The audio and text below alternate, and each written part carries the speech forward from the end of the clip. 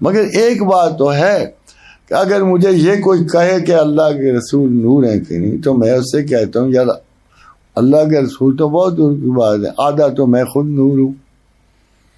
میری آنکھ مادی ہے، میری نظر نور ہے، میرا دماغ بہت ساری نسوں سے، مادی نسوں سے میرا خیال نور ہے، میرا دل ایک لوتھڑا ہے، میرے جذبات نوری ہیں، میں آدھا تو میں خود نور ہوں. پہلے نور اور اس کو مادے کو ڈیفائنڈ ہو کر دو. پھر دیکھیے عجیب بات ہے، ہمارے پاس جو سب سے بڑا فلسفر گزرا اور اس کے نام کے ساتھ بھی صدی منسوب ہوئی، بھائی وہ تمہیں پہلے ہی کہہ گیا ہے کہ اگر مادے کو تم برق کی رفتار سے گزارو گے تو اس کا وجود تحلیل ہو جائے گا، وہ نور میں بدل جائے گا. اسی E=mc² میں آئنسٹائن اسی تھیوری کی وجہ تو کامیاب ہوا ہے، اسی تھیوری کی وجہ سے ساری دنیا میں مشہور ہوا ہے. اندازہ لگائیں کہ وہ پریکٹیکل سائنٹیفکلی ایک مسئلہ حل کر گیا کہ مادہ کسی وقت بھی نور میں تبدیل ہو سکتا ہے. ہمارے ابھی بھی لڑ رہے ہیں کہ مادہ ہے کہ نور ہے. تو اس قسم کی جو ایجوکیشن ہے وہ مذہبی علوم کو بھی آگے نہیں بڑھا سکتی. دی پرابلم از دس. میں کل ایک آیت پڑھ رہا تھا، اسی کو نظر میں نے ایک آیت پڑھی، میں نے دانش کو کہا، میں نے کہا یار دیکھو یہ کتنی خوبصورت آیت ہے، فَلِلَّهِ الْحَمْدُ رب السماوات و رب الارض رب العالمین. چھوٹی سی آیت ہے، فَلِلَّهِ الْحَمْدُ رب السماوات و رب الارض رب العالمین. آپ سارے کوشش کر کے دیکھو کہ واؤ ذرا آگے بھی لے جاؤ، آپ کو قرآن کی بلاغت اور فصاحت کا تب پتہ لگے گا، اس کے ایگزیکٹیچیوڈ کا تب پتہ لگے کہ خدا کہہ رہا ہے فَلِلَّهِ الْحَمْدُ رب السماوات و رب الارض. آگے نہیں واؤ لگا رہا، آگے سمپل رب العالمین لگا رہا ہے، حالانکہ اصولاً اور پتہ یہ لگا. دیکھو جی اس آیت سے آپ کو اس کلام کی، قرآن کی اعلیٰ ترین یعنی بلاغت اور فصاحت دونوں کا علم کہ اللہ نے چھوٹی سی آیت میں، اور کیا خوبصورت تسبیح بنتی ہے کہ تمام تعریف اللہ ہی کے لیے، رب السماوات و رب الارض رب العالمین. اور زمینیں 7 ہیں. قرآن حکیم عرض جو ہے صیغہ جمع کا بھی ہے اور سنگل بھی ہے، تو خدا نے یہاں صرف عرض کا لفظ استعمال کیا اور 7 زمینوں کو ملا. اللہ الذی خلق 7 سماوات ومن الارض مثلہن. اللہ وہ ہے تمہارا جس نے 7 کائناتیں بنائیں اور ان میں 7 زمینیں انہی کی طرح کی، جیسے میری ہے ان کی بھی وہ زمین ہے. پھر کیا اجاڑ کے ویران چھوڑ دی؟ نہیں، بالکل آپ کی طرح انسان وہاں بھی ہو گرا ہے.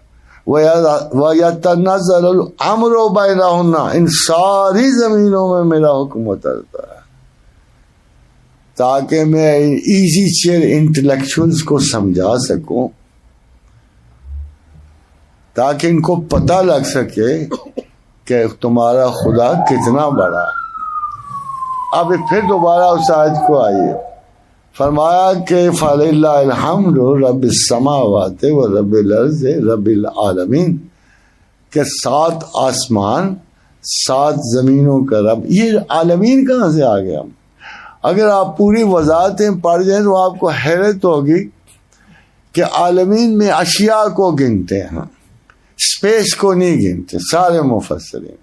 مگر یہاں تو وہ اسپیس کے ذکر میں آ رہا ہے کہ جیسے 7 کائناتوں کی اسپیس ہے، جیسی 7 زمینوں کی اسپیس ہے، اسی طرح عالمین اس کے علاوہ بھی بہت زیادہ ہیں جن کی اسپیس بھی شامل ہے. اب آپ ذرا پروفٹ کے پر غور کیجیے، اس نے یہ نہیں کہا وَمَا أَرْسَلْنَاكَ إِلَّا رَحْمَةً لِلْمُسْلِمِينَ، یہ نہیں کہا. اس نے یہ بھی نہیں کہا وما ارسلناک الا رحمۃ للمؤمنین، یعنی اس نے کہا وما ارسلناک الا رحمۃ للعالمین. 7 زمین وہ پڑھے، 7 زمینیں وہ پڑھی، اور پھر عالمین کتنے ہیں یہ آپ جانو یا پھر آپ کا خدا جانے. اتنی بڑی ہستی کی شان میں آپ کیا مبالغہ کر سکتے؟ ایک ہی فرق پڑتا ہے، صرف ایک فرق. وہ فرق یہ ہے کہ جی آپ اگر اللہ کو چاہتے ہو تو اللہ نے اپنا رنگ بتا دیا کہ میرے تو رنگ میں رنگے جاؤ. صبغۃ اللہ ومن احسن من اللہ صبغۃ ونحن لہ عابدین. عبادت کا مقصد ہے اللہ کے رنگ میں رنگے جانا. اور پھر اگر تم نے محمد الرسول اللہ سے محبت رکھنی ہے، جب میں اسے کر رہا ہوں تو تم نے کتنی محبت کر لینی. جب میں اسے چاہ رہا ہوں تو تم اسے کتنا چاہ سکتے ہو. تم کتنا مبالغہ کر لو گے رحمت للعالمین کی شان میں، زمین بھر کے اس کی شان میں قصیدے کہہ لو گے.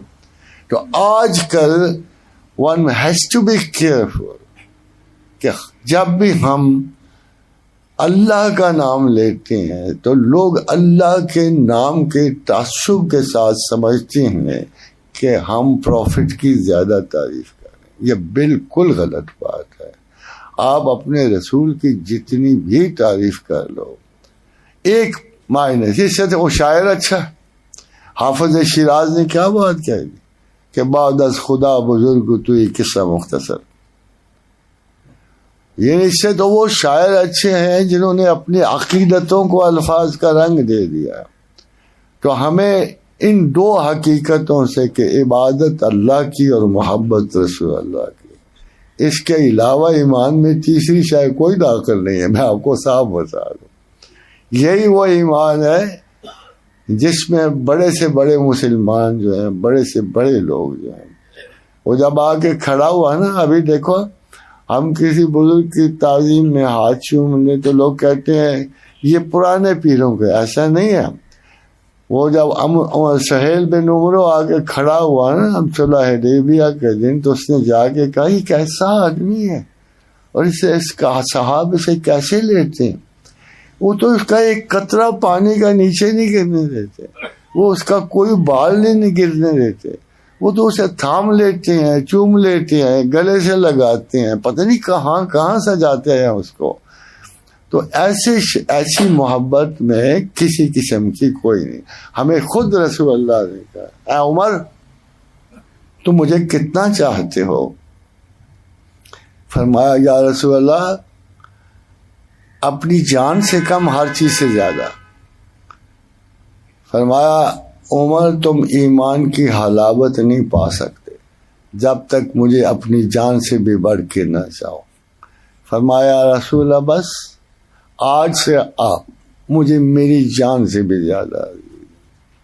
اسی لیے سب بڑے بڑے کہہ گئے ہیں کہ باخدا دیوانہ باش اور با محمد ہوشیار، کیونکہ اپنی تو ان کی سے کوئی پرواہ نہیں ہوتی، مگر جب رسول اللہ صلی اللہ علیہ وسلم کے سامنے آواز بھی اونچی کرو گے تو تمہارے سارے اعمال دین و دنیا کے غارت ہو جائیں گے. تو ٹرائی ٹو اسٹے کیئرفل. یہ زمانہ اسکیپٹسزم کا ہے، اس میں ہر معزز انسان جو ہے سمجھتا ہے کہ یہ بات بات پہ اپنے رسول سے کیوں اتنی محبت کرتے ہیں، کیوں جان نچھاور کرتے پھرتے ہیں. بڑے بڑے علماء اس چکر میں پڑے ہوتے ہیں کہ کسی طریقے سے مسلمانوں کے دل سے یہ محبت کم کی جائے.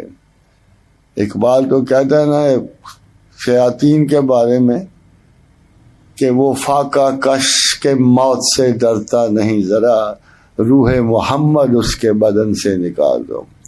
مگر ہم تو جیتے ہی روح محمد سے ہیں صلی اللہ علیہ وآلہ وسلم. وما علینا الا البلاغ.